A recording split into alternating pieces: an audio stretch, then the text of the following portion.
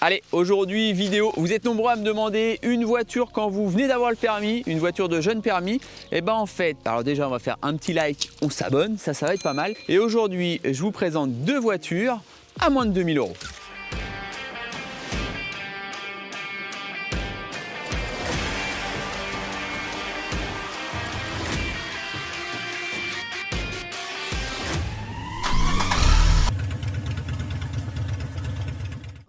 Allez, sur ces deux voitures-là, je vais prendre le temps en fait de vous les présenter. Bon, on a la petite Skoda Fabia, mais en premier, je vais vous présenter la Golf 4. Je l'avoue, moi dans la couleur, je trouve que ça lui va bien. Une voiture qui a quand même une petite cote d'amour. Je vais vous expliquer ses caractéristiques extérieures, moteur, kilométrage. Ces voitures-là, en effet, c'est deux voitures qui sont complètement dans leur jus. Quand on voit la petite Golf, oui, elle va avoir ses petits défauts d'esthétique, mais généralement, elle est quand même restée assez propre. On voit les clignotants qui se sont ternis. Et la voiture là qu'on voit là, elle a une cote d'amour, mais celle-ci, c'est important de le savoir. À la base, elle a été importée d'Allemagne il y a quelques années. Je suis souvent à vous parler de clés. Et bah là, en fait, ça paraît bête. 99.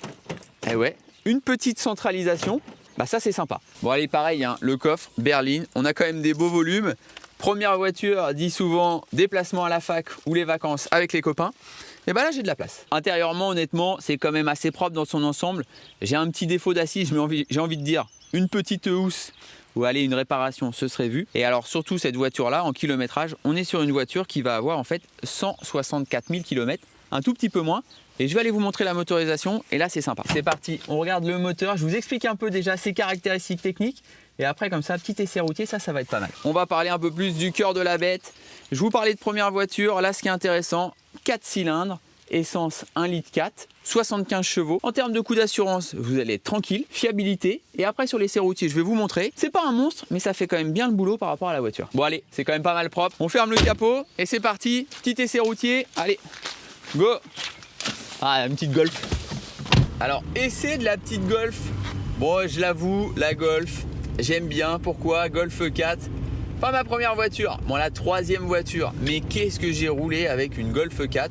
Alors, j'avais pas le même moteur. 1,9 litre TDI, 130, increvable. Je l'ai emmené à 400 000, ça allait bien. Celle-là, essence, honnêtement, ça roule super bien. Ça consomme un petit peu, peut-être. On a un peu plus de 160 000 km. Mais dedans, je suis dans une voiture où j'ai une clim automatique, je vais avoir 4 vitres électriques, dedans il y a eu un petit double digne dormi, le petit accoudoir central qui va bien. Alors c'est là aussi on avait des détails. 99, j'avais déjà en fait ma trappe à carburant électrique, une petite pression, je venais la déverrouiller. Alors le petit commodo qui va bien de chez Volkswagen et honnêtement la voiture elle est bluffante. Berline, le confort, l'agrément, tu te dis que là vraiment tu peux faire des kilomètres. Alors je suis sur une boîte 5 vitesses, on cherche toujours la 6 quand on a la culture de rouler avec une 6. Moi la première j'étais plus dans le format de la citadine française. Ceux qui me suivent un petit peu vont savoir que c'est une petite 205 que j'avais en XAD. Bon là pour l'époque j'ai déjà l'ordinateur de bord, j'ai honnêtement quelque chose qui est sympa comme tout. Puis là d'avoir remis un petit double digne c'est top.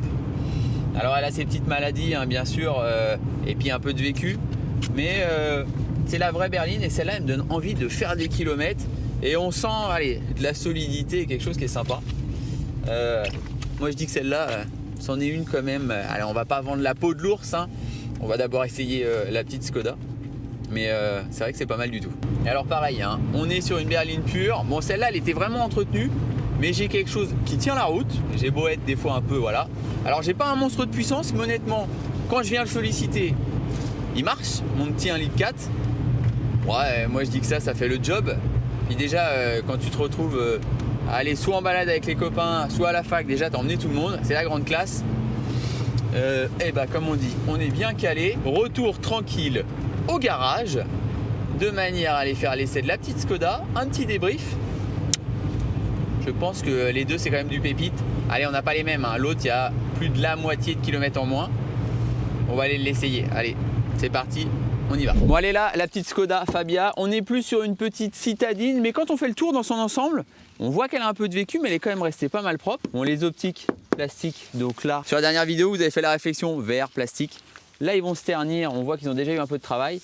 Et quand on prend le temps de faire le tour de toute la voiture, bon, je suis aussi en jante tôle. À l'avant, j'ai encore des enjoliveurs qui ne sont pas de la marque. à l'arrière, ils ont disparu.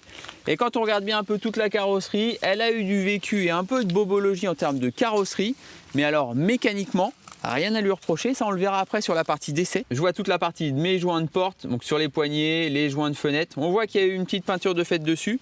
Mais dans son ensemble, elle est vraiment très propre. Bon, la Fabia, un petit peu plus récente que la Golf 99, la 2005. J'ai la centralisation, mais pas avec la télécommande. Hein. Bon, à l'ancienne, mais déjà au moins on a le mérite de l'avoir.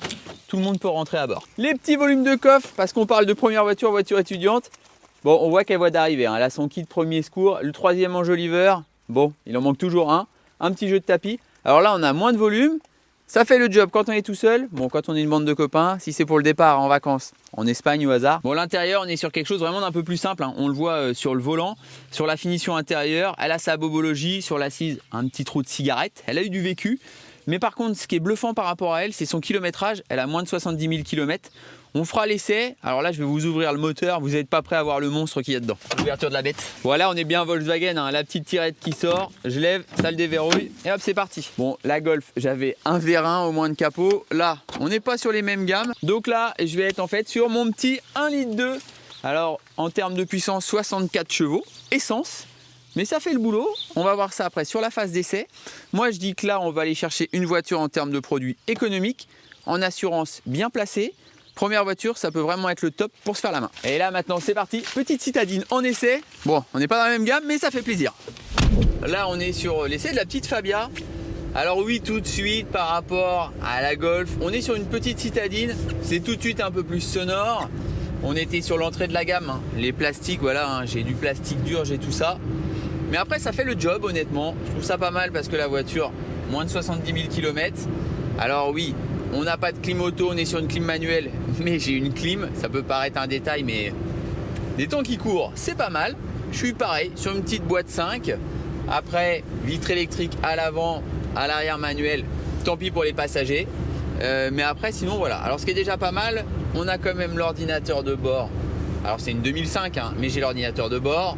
Quand on regarde dans les détails, j'ai pas mon petit rétroviseur électrochrome, mais honnêtement, est-ce que c'est bien raisonnable de l'avoir quand je vois le prix de ma voiture?